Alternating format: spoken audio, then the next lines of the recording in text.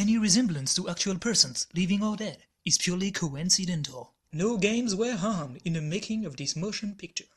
Bonjour, on est de retour pour un nouvel épisode de George Game. Oui, je vous avais demandé, vous vous souvenez, de choisir un de ces deux jeux la dernière fois. Alors, bon, celui-là, je vous le dis tout de suite, on va pas s'attarder dessus. Hein. D'ailleurs, je vais le remettre à sa place. Hein, voilà. Et voilà. Les jeux comme ça, moi, ça passe à chaque fois. Qu'est-ce que vous voulez que je vous dise, hein? À la limite, c'est même du gaspillage d'eau.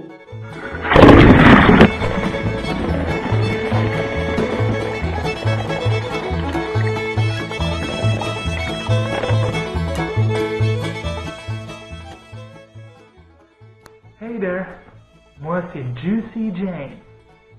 Je suis cowboy depuis 25 ans. Et il y a une chose dont j'ai horreur, c'est d'avoir la peine quand j'utilise le KTA, quand je ne joue pas à Carson City. C'est ça que je voulais dire.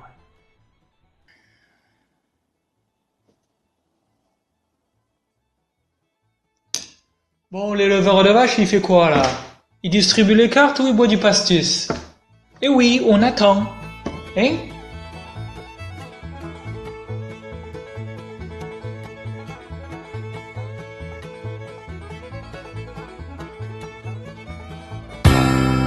Ok, maintenant tout le monde est là, on va pouvoir commencer. Carson City, le jeu de cartes, est très simple. Chacun joue le rôle d'un colon dans l'Ouest américain qui souhaite construire sa propre ville, et la ville la plus développée à la fin d'une ou deux époques désigne le vainqueur. Bien sûr, chaque personnalité a sa spécialité. Moi j'ai le cowboy, ça me fait gagner 3 points pour chaque ranch que j'ai dans ma ville. Donc le mien c'est le prospecteur. Il va me donner 1 point pour chaque montagne et pour chaque mine qu'il y a dans ma ville. Alors moi j'ai le chef indigène, il me donne un demi-point pour chaque partie vide dans ma ville. Voilà. Bon, moi j'ai la carte les héros. Ça me permet de... Si je le déclare pendant une enchère, je peux gagner 3 points sur la valeur totale de mon enchère. Et je gagne 6 points à la fin de la partie. Au début de chaque tour, un nombre de cartes parcelles égal au nombre de colons plus 1 est retourné depuis la pile de l'époque choisie. Ici, l'époque 1.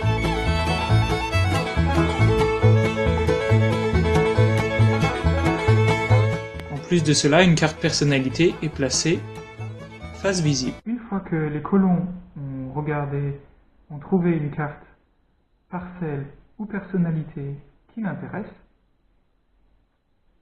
ils utilisent ces cartes. Une des cartes pour miser, qui vont de 1 à 11. On choisit une secrètement. Dans mon cas, je vais prendre la 6. Et la place face cachée devant soi.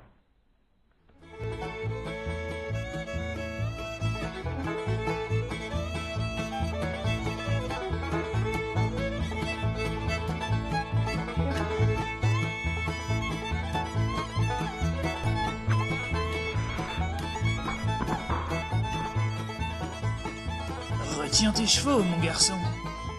Il y a un serpent dans ma botte.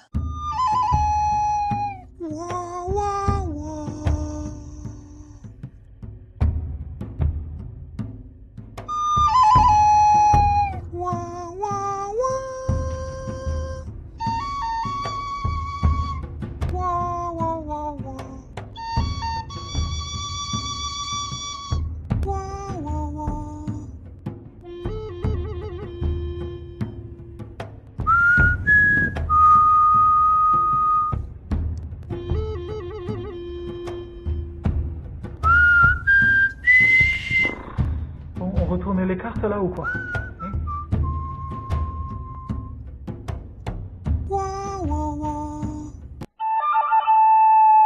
Non mais Georges là, arrête de trompeter. Hey, ok.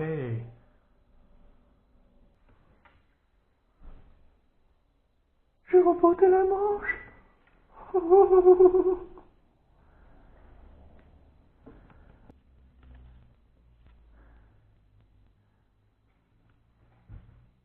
Oui, mais j'aime pas toutes les parcelles, c'est un peu du pied, alors bon. Hein?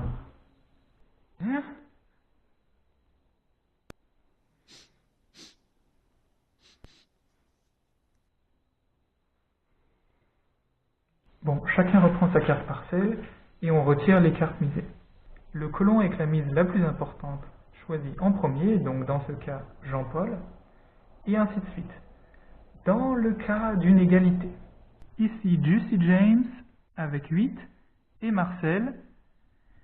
Dans ce cas, nous avons une tête de mort, cela signifie que pour cette mise, personne ne peut avoir la carte personnalité.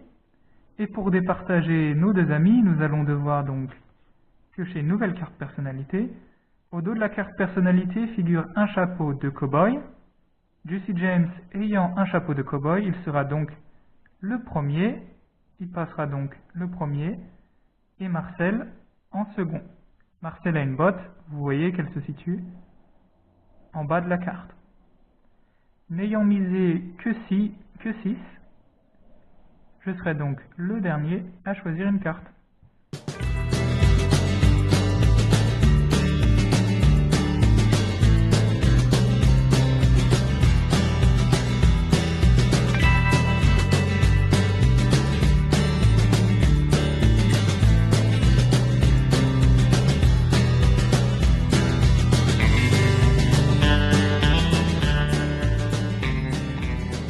Un décompte des points décide du colon qui a eu le plus de succès.